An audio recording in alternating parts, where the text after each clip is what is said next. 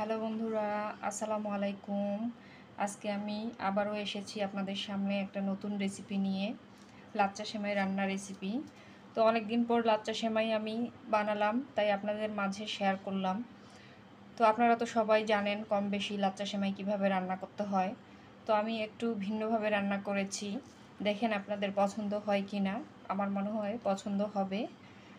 তাহলে চলুন দেরি না করে ফুল রেসিপি দেখে নিই। রেসিপি দেখার আগে আমি একটু বলে নিই, যারা আমার চ্যানেলটিকে এখনও সাবস্ক্রাইব বা ফলো দেননি তারা অবশ্যই সাবস্ক্রাইব এবং ফলো দিতে ভুলবেন না। তাহলে চলুন দেখে নিই ফুল রেসিপি। লাচ্চা সেমাই বানানোর জন্য আমি এখানে 1 কেজি পরিমাণ গরুর দুধ নিয়ে নিয়েছি। আমি দুধটাকে একটু জাল করে নিয়েছি এবং একটু ঠান্ডা করে নিয়েছি। এখন এর মধ্যে আমি দিয়ে দিব হাফ কাপ পরিমাণ গুঁড়া দুধ। এখানে আমি হাফ কাপ পরিমাণ গুঁড়া দুধ দিয়ে দিলাম। আর এখানে আমি দিয়ে দিব কিছুটা পরিমাণে আমি ডেনিশ দিয়ে দিব। হাফ কাপের মতোই আমি একটু ডেনিশ দিয়ে দিচ্ছি।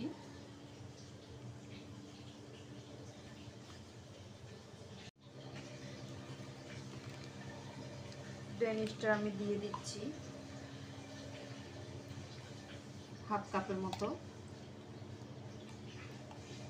এখন ভালোভাবে মিশিয়ে নিতে হবে।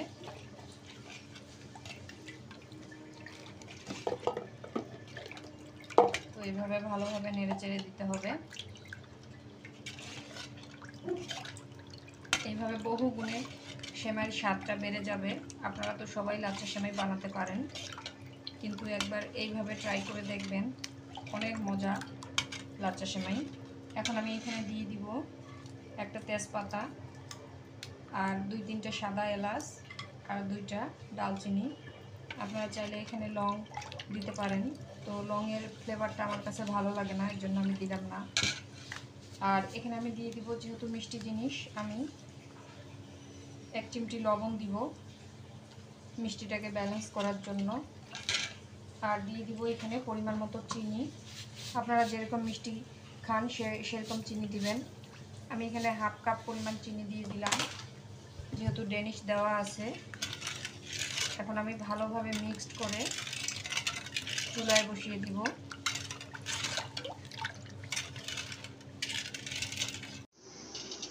আমি চুলায় বসিয়ে দিয়েছি। আমি দুধটাকে এখন ভালোভাবে জাল করে নিব। একটু নেড়ে চেড়ে দিতে হবে যতক্ষণ না দুধের মধ্যে বলক চলে আসে। তো এইভাবে নেড়ে চেড়ে দিব। তো দুধটা ততক্ষণই গরম হোক, আমি সেমাইটা ডেকোরেশন করে নিব। আমি সেমাইটাকে সেট করার জন্য এখানে একটা মিক্সিং বল নিয়ে নিয়েছি। এখন আমি লাচ্চা সেমাই দিয়ে দিব। এখানে আমি পরিমাণ মতো লাচ্চা সেমাই নিয়ে নিয়েছি। যেহেতু 1 কেজি দুধ, এখানে আমি 250 গ্রাম লাচ্চা সেমাই নিয়ে নিব। 250 গ্রামের মতো আমি দিয়ে দিলাম। আর একটু দিই। এখন আমি এর মধ্যে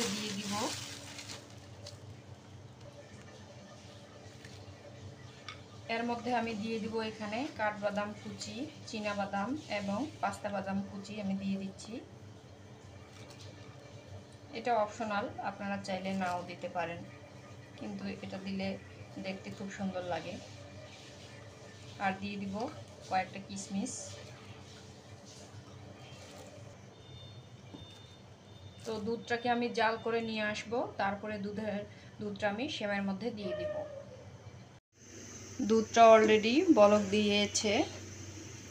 বলক এসেছে। এখন আমি আরেকটু নেড়ে চেড়ে দিয়ে আমি নামিয়ে নেব চুলা থেকে, এবং দুধটাকে আমি একটু হালকা ঠান্ডা করে নেব। একেবারে গরম দুধ আমি সেমাইয়ের মধ্যে দিব না, নইলে সেমাইটা একদম সিদ্ধ হয়ে যাবে, বেশি গলে যাবে। তো এইভাবে আমি এখন চুলা থেকে নামিয়ে নেব দুধটা আমি চুলা থেকে নিয়ে এসেছি, একটু ঠান্ডা করে নিব। এই ফাঁকে আমি মশলাগুলো একটু তুলে ফেলে দিব। তো এইভাবে মশলাগুলো তুলে ফেলে দিতে হবে। এখন দুধটাকে এইভাবে নেড়ে একটু ভালোভাবে ঠান্ডা করে নিতে হবে। দুধটা একটু ঠান্ডা হয়ে গিয়েছে। আমি খুব বেশি ঠান্ডাও করব না, আবার খুব বেশি গরমও রাখবো না, মিডিয়াম রাখবো। এখন আমি সেমাইয়ের মধ্যে ঢেলে দিব দুধটাকে। এখন আমি দুধটা ঢেলে দিচ্ছি সেমাইয়ের মধ্যে, যেহেতু দুধ সেমাই, দুধ লাচ্চা সেমাই দিয়ে দিলাম। আমি সেমাইটাকে এভাবে কিছুক্ষণের জন্য রেস্টে রেখে দিব সেট হওয়ার জন্য। আমি পরে আপনাদেরকে সার্ভ করে দেখাবো। সেমাইটা এভাবে আমি একটু নেড়ে চেড়ে দিব আর কিছুক্ষণের জন্য আমি রেস্টে রেখে দিব 10 থেকে 15 মিনিট। এরপরে আমি আপনাদেরকে সার্ভ করে দেখাবো। বন্ধুরা, আমি 15 মিনিট পর ফিরে আসলাম। দেখেন সেমাইটা সেট হয়ে গিয়েছে এবং কতটা লোভনীয় হয়েছে, খুব সুন্দর। একদম গরম দুধ সেমাইয়ের মধ্যে দিয়ে দিলে সেমাইটা একদম বেশি সিদ্ধ হয়ে যায় এবং খেতে ভালো লাগে না। তো এইভাবে দুধটা যদি আমরা একটু ঠান্ডা করে দেই তাহলে সেমাইটা আস্ত থেকে যায় এবং খেতে খুব ভালো লাগে। আমি আপনাদেরকে সার্ভ করে দেখাচ্ছি কতটা লোভনীয় হয়েছে এবং সুন্দর হয়েছে। দেখেন, খুবই সুন্দর। তো একবার হলেও ট্রাই করবেন। তো রেসিপিটি যদি ভালো লেগে থাকে তাহলে লাইক, কমেন্ট, শেয়ার এবং সাবস্ক্রাইব করতে ভুলবেন না। কেমন হয়েছে অবশ্যই জানাবেন কমেন্টে। আর এতক্ষণ ধরে যারা আমার ভিডিওটা দেখলেন তাদেরকে অসংখ্য ধন্যবাদ। তো সবাই ভালো থাকবেন, সুস্থ থাকবেন, আমার জন্য দোয়া করবেন। সবাইকে আসসালামু আলাইকুম।